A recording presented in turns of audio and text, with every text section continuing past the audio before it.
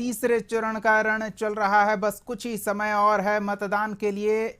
11 राज्यों के 93 सीटों पर सुबह 7 बजे से मतदान की प्रक्रिया शुरू हुई है। कुल 1331 प्रत्याशियों की किस्मत दांव पर है। कई सीटों पर दिग्गजों की साख दांव पर है। 10 केंद्रीय मंत्रियों की प्रतिष्ठा, 4 पूर्व मुख्यमंत्रियों की अग्नि परीक्षा इस तीसरे चरण के रण में देखने को मिलेगी। बिहार के भी 5 सीटों पर मतदान चल रहा है।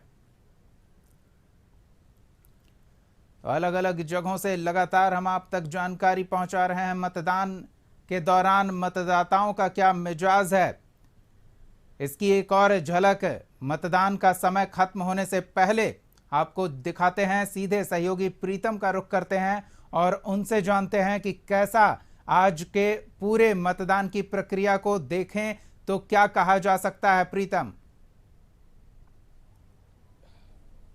जी बिल्कुल दीपक, आपने सही सवाल किया है। अब जबकि केवल 1 घंटे बचे हैं, 60 मिनट बचे हैं झंझारपुर के लोकसभा के मतदाताओं के पास।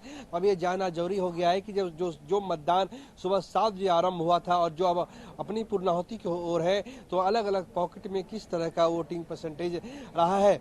दरअसल देखा जाए दीपक, तो जो शहरी इलाका है झंझारपुर का, हालांकि झंझारपुर जो है 95% जो ग्रामीण इलाके में आता है, जो शहरी इलाके हैं वहाँ पे जो मतदान है वहाँ पे थोड़ा उदासीन रहा है, लेकिन ग्रामीण इलाके में जो मतदान है वो वहाँ पे परसेंटेज काफ़ी अच्छा रहा है।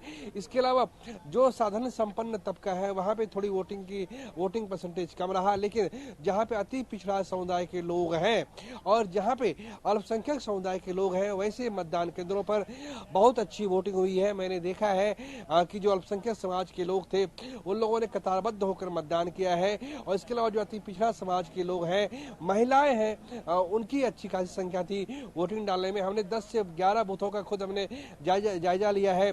केजरीवाल उच्च विद्यालय है, इसके अलावा बिहार में जो काली मंदिर प्रांगण में जो स्कूल जहाँ पे वोटिंग चल रही थी, इसके अलावा बूथ नंबर 58, 59, 60, 61, इस सभी बूथ केंद्र बूथों पे मतदान हुआ है। और मतदान जो है ठीक ठाक आ जा सकता है। जब अंतिम आंकड़े जारी हो जाएंगे तो लोगों को पता चल जाएगा कि झंझारपुर के लोगों ने कितना उत्साह वोटिंग को लेकर दिखाया है। एक तस्वीर आप पहले देख लीजिए कि ये जो मतदान केंद्र संख्या 323 है, 323 है, जिसका यहाँ पे अभी देखिए कि तकरीबन 25 की संख्या में 20 की संख्या में सुरक्षा कर्मी है, मतदान कर्मी है।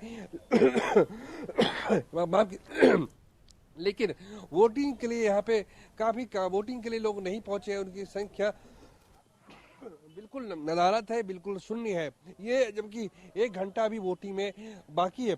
तो दीपक, ये ओवरऑल ये कहा जा सकता है कि लोग जो है जिनको वोटिंग करनी थी, जिनको मतदान करना था, उन्होंने मतदान कर दिया है।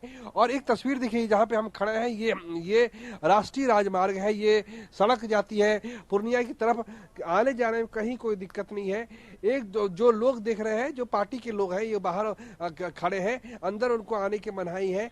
बाकी जो मतदाता जो है उनको आने के लिए रास्ता दिया गया है, लेकिन यहाँ पे आपको कोई दूर दूर तक कोई भी वोटर्स जो है आता हुआ नहीं दिखाई देगा। तो ये कह सकते हैं कि आज मौसम भी बिल्कुल सामान्य है। मौसम 19 अप्रैल और 26 अप्रैल की तरह नहीं है। मौसम बिल्कुल अनुकूल है, मौसम बिल्कुल कंडीसिव है, लेकिन इसके बावजूद जो मतदान का प्रतिशत यहाँ पे होना चाहिए था, उस मतदान का प्रतिशत यहाँ पे नहीं है। सुरक्षा कर्मी अपनी जगह पूरी मुस्तैदी से ड्यूटी कर रहे हैं, निर्वाचन कर्मी ड्यूटी कर रहे हैं, लेकिन कहीं न कहीं हमें लगता है कि यहाँ पे जो झंझारपुर के जो मतदाता है उनसे एक चूक हो गई है कि यहाँ पे जो अंतिम समय में जो हम लंबी लाइन देखते हैं, वो लंबी लाइन की बात तो छोड़िए, इक्का दुक्का लोग भी मतदान केंद्रों पर मौजूद नहीं है। चलिए, धन्यवाद प्रीतम इन तमाम तस्वीरों के लिए और तमाम जानकारियां साझा करने के लिए।